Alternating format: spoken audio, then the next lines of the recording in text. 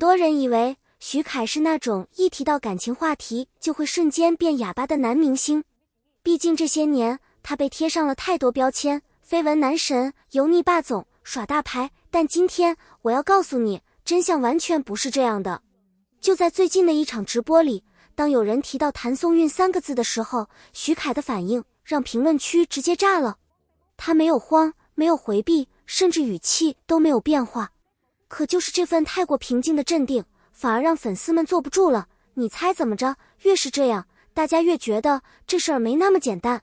事情要从去年夏天说起，那时候一部叫《你比星光美丽》的都市爱情剧悄悄开播，徐凯演一个雷厉风行的科技公司总裁韩婷，谭松韵演一个北漂创业女孩季星。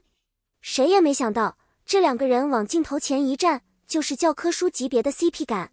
徐凯身高1.88米，谭松韵1.62米，往那一站，简直像是从言情小说里走出来的画面。高个总裁配甜心少女，观众看一眼就上头。剧里最经典的一场戏是季星生日那天，韩婷答应他，这一天他想干什么都可以，随他任性。2人玩骰子，谭松韵输了，他拉着徐凯的袖子，轻声说了一句：“我愿赌服输。”下一秒画面一转，2人已经在床上激吻磨鼻，气氛暧昧又唯美。而就在这个时候，另一件事发生了，片场传出消息，说导演喊了卡，谭松韵却还没有松手。这个细节一传出去，直接冲上热搜，网友的评价只有4个字：糖度超标。播出期间，徐凯自己也在采访里透露过，光是吻戏他们就拍了上千场。只要那天更新的剧情里有亲密戏份，弹幕和热搜就会同时爆炸。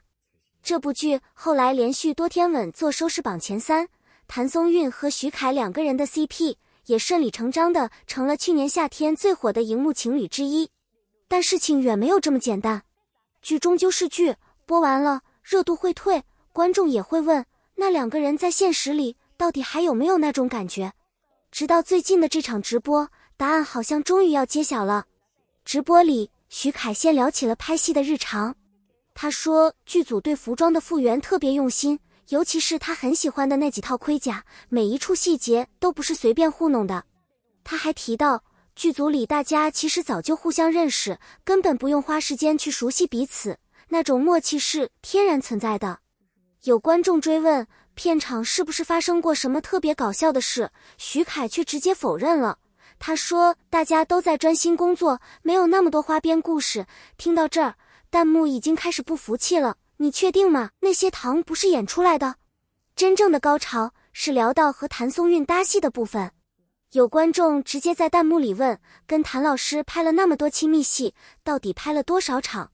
徐凯的反应堪称职业教科书，他没有回避这个问题，但也没有给出具体数字，只是淡淡的说，这些镜头拍起来很快，并不算难。短短一句话，语气平静的像是在谈论今天的天气。有知情人士透露，这种回答方式其实正是资深演员保护自己和搭档隐私的标准操作。可问题是，观众不吃这一套。你们不知道的是，正是这种毫无波澜的态度，反而成了粉丝们脑补的最大素材。有人在评论区写道，说真的，如果真的没什么，为什么不直接开玩笑带过去，反而要这么正经的回答？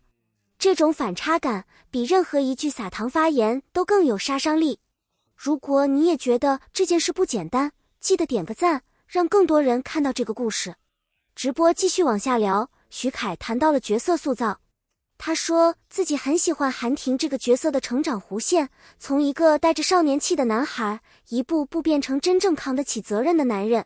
聊到动作戏，他坦言每次拍这类镜头都觉得很帅，但背后需要极大的专注力，一旦分神就很容易受伤。谈到怎么准备剧本，他给出的建议也很实在，反复精读剧本，多观察生活里的细节，私下对着镜子练习，才能真正抓住角色的情绪。而就在这个时候，话题又绕回到了片场氛围。徐凯笑着提到，剧组里几位前辈私下其实特别活泼调皮，完全不是外界想象中那种端着的状态。他还聊到自己已经很久没打球，没运动了，全靠日程表推着走，甚至提到想去做头发，虽然听说会很疼，但还是想试试。这些琐碎的生活分享，配上他谈到谭松韵时那种刻意的克制，形成了一种很有意思的对比。聊别的事情，他很放松，一聊到他，语气就自动切换到了标准答题模式。评论区里，你猜怎么着？大家已经开始各种解读了。有人说这是典型的保护性回答，越是重要的人，越要说得云淡风轻。也有人反驳，觉得这就是单纯的职业素养，别什么事都往 CP 上扯。两种声音吵得不可开交，但吵着吵着，大家发现一个共同点，不管站哪一边，几乎没有人否认，这两个人之间确实存在着某种说不清道不明的化学反应。评论区告诉我，你支持谁？直播接近尾声的时候，徐凯还提到了自己即将上线的新剧《天雨季》，语气里带着明显的期待，希望大家能喜欢。他也没忘记和粉丝互动，读了几封来信，还特意给一位过生日的粉丝送上了祝福。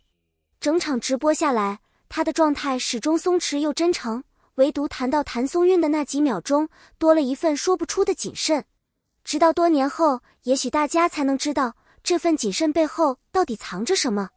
但至少现在，这种不确定感恰恰是 CP 粉们最上头的部分，没有实锤，才有无限的想象空间。换作是你，如果你也在直播间里听到爱豆用这么克制的语气聊起曾经的荧幕搭档，你会怎么解读？回过头再看这场直播，其实真正打动观众的，从来都不是某一句刻意撒糖的话，也不是某个被反复放大的互动瞬间，而是徐凯身上那种始终如一、恰到好处的分寸感。